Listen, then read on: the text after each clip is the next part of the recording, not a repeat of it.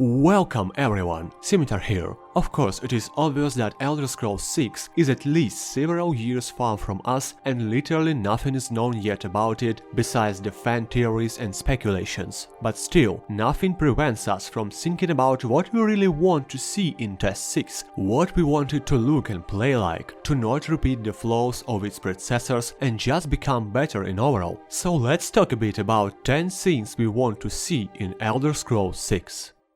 Better AI and combat, for real. Bandits walking with arrows in their heads 2 feet around you saying, "I guess that was just my imagination." Hordes of enemies suddenly losing you from the plain sight. After 8 seconds you walk in sneak mode nearby. Ridiculous combat, when you can just mash the enemy to death with power attacks, literally pressing left mouse button, auto-aiming enemies that are automatically turning in your direction while making a hit, even if you teleported behind their backs. Farmers and old women in towns rushing towards the dragon with the bare hands, and hunters shouting, "You move like a pregnant cow," to a fox. We want the non-combatant citizens to evaluate the threat and hide. We want them to have proper AI packages so towns and cities would really feel alive, where everyone is doing their own little business, whereas actions during the day. As for the combat, of course, not everyone wants to have a Dark Souls-like combat in open-world RPG, which is focused on mostly story and exploration, but still, combat can be just a bit more dynamic.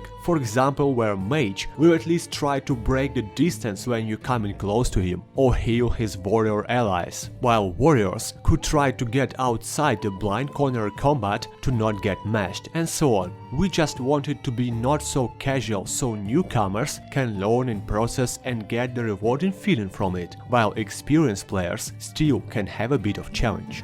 Diversity. With no doubts, Skyrim was great, big open world game, but at the same time it lacked diversity in almost every segment. For example, armors and weapons. In Morrowind, there were spears, tanters, wakizashis, there were throwing weapons and much more weapon subtypes. In Oblivion, there were no spears or throwing weapons already, but still, there were at least some short swords and long swords, for example. In Skyrim, we have nothing from that. Weapons and armors variety is even lower.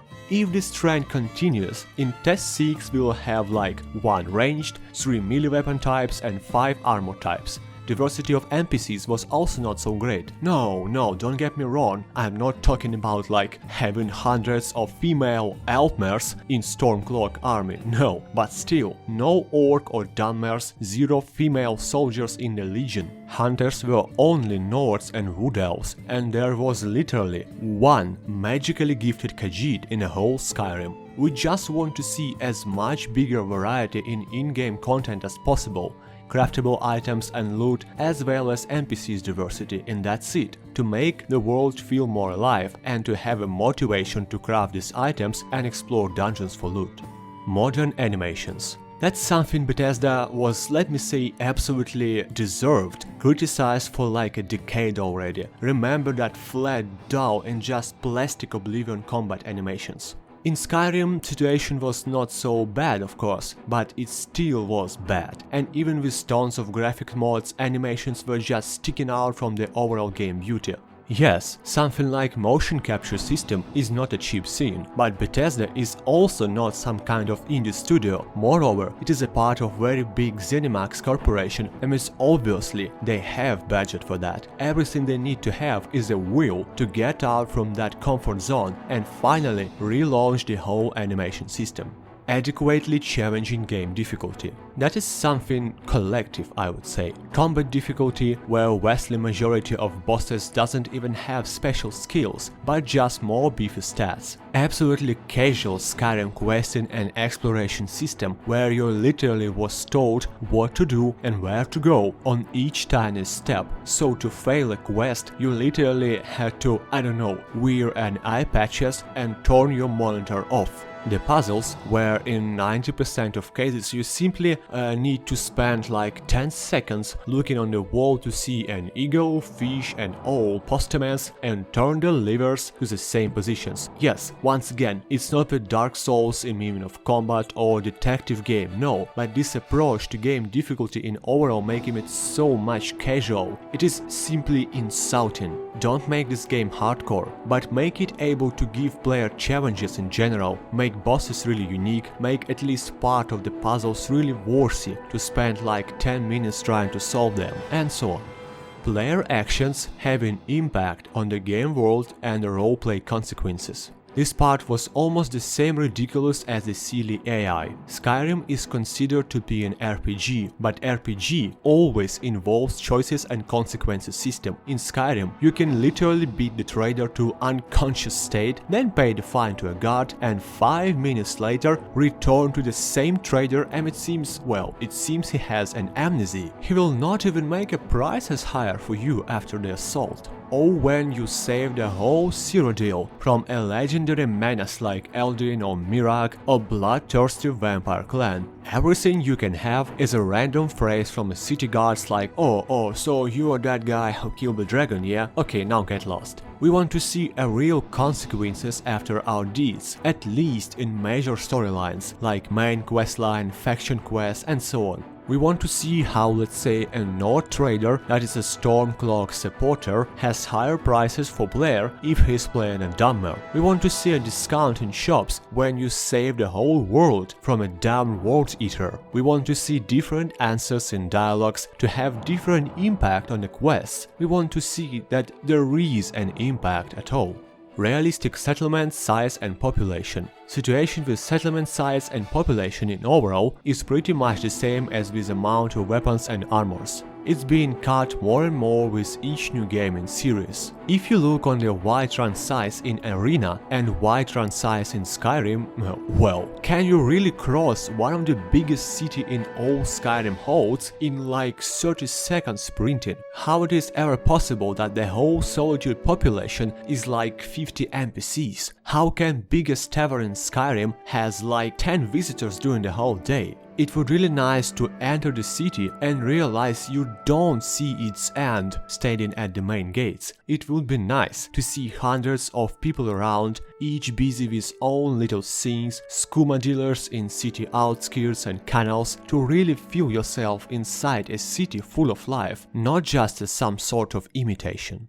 New graphics engine. I have a complete in-depth video about that, so if you're interested for real about details, be sure to take a look on it after watching this one. No doubts, graphics is not something we want from Elder Scrolls games in the first turn, no. We are here for ridiculously deep lore, huge open world explorations, easter eggs, endless adventures, monsters slain and enchanting our armors. But well, why not to have both? Each Elder Scrolls game is like 5 years behind nowadays, and actually game engine wasn't actually changed since the Morrowind. TES VI definitely will be huge and a next-gen game, and it should be so, and at least because of this, Bethesda simply must use a really new engine, not just upscale the old one. Otherwise, game simply won't be stable and won't be able to handle open world game like this. It is not even about the textures, dynamic lighting, real shadows, and improved shaders, ambient occlusion and HDR, meshes poly count, all that little visual things that are actually making game look next-gen. And if they will optimize it on the edge of quality and performance hit, that will be just great. The new script engine. It is not common known fact, but script engine is the same if not even the bigger problem than old game engine in overall. Script engine, it is what is responsible for every action of the game. Every phrase said, events, combat between warring factions is handled by a script engine. Also most of gameplay mods are running scripts, through Papyrus as well. The scene is even when Bethesda released Skyrim Special Edition, script engine on the Papyrus was not changed, which means if if you load game with, let's say, a lot of script-heavy mods that adds NPCs, world events, some new gameplay mechanics and so on, yeah, you will have stutters and crashes again. We need to have completely new script engine, which will not have such a bad limitations, so game will be able to process AI for hundreds of NPCs in towns or really massive faction battles, and handle a lot of badass gameplay mods easily. Free modding support. It is really weird that I even need to mention that at all, but to be honest, I'm almost sure Bethesda clearly understands the importance of modding stage. No, I'm not downplaying the insane efforts Bethesda putting into TES series, but the fact each Elder Scrolls game is living and selling so good so many years after releases is really heavy dependent on the modding stage. And exactly because it always was free for everyone to use and make mods, it became so big. Just to understand better, for example, at Nexusmods, one of, if not the biggest mod database in internet, amount of mods for Skyrim only is bigger than amount of mods for all game stages existing on the Nexus in total together, and Nexus is supporting several hundreds of games. Frankly, I have nothing really critical against Creation Club. Some people use it, some people not, and it is absolutely fine for Bethesda to make own mod resources. They are the game creators after all. But to keep everyone happy and to keep Elder Scrolls 6 community active for many years after release, it is very simple, just keep the free modding and support it. A real contact with the community. That's not about the game itself directly, but a very important moment. Bethesda, exactly in that aspect, can take couple of lessons from other companies. We don't want to sit on our butts for 5 or 10 years and wait until the next trailer. We want to see a real development diaries, more hints and information about the game lore, more real gameplay demonstrations. We want to see if not the changes, but at least regular responses to the community regarding important problems. We want to see an open approach to things like Creation Club, for example. Many really divine mod authors were completely ignored by Bethesda, while some really controversial solutions were made. For example, the Arcane Archer pack from Creation Club, which, let me remind you, costs money, had several elemental arrows that were not dealing any elemental damage at all. That's not a level of paid content and QA tested content, and that's ridiculously insulting.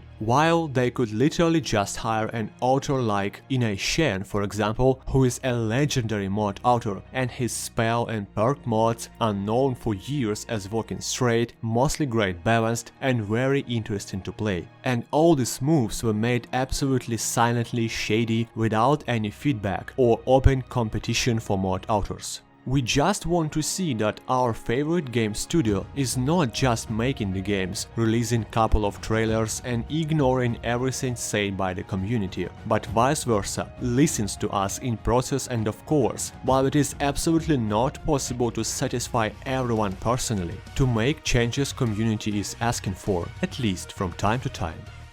That's all for today, folks. I really care about what the next Elder Scrolls game will be, and I'm more than sure you have your own wishes, fears and concerns about that. I'm waiting for you to share the thoughts in comments, and in our Discord server you can join via link in video description. And of course, don't forget to enable channel notifications to not miss the new videos. Stay tuned and see you next time. Scimitar Gaming here, signing out.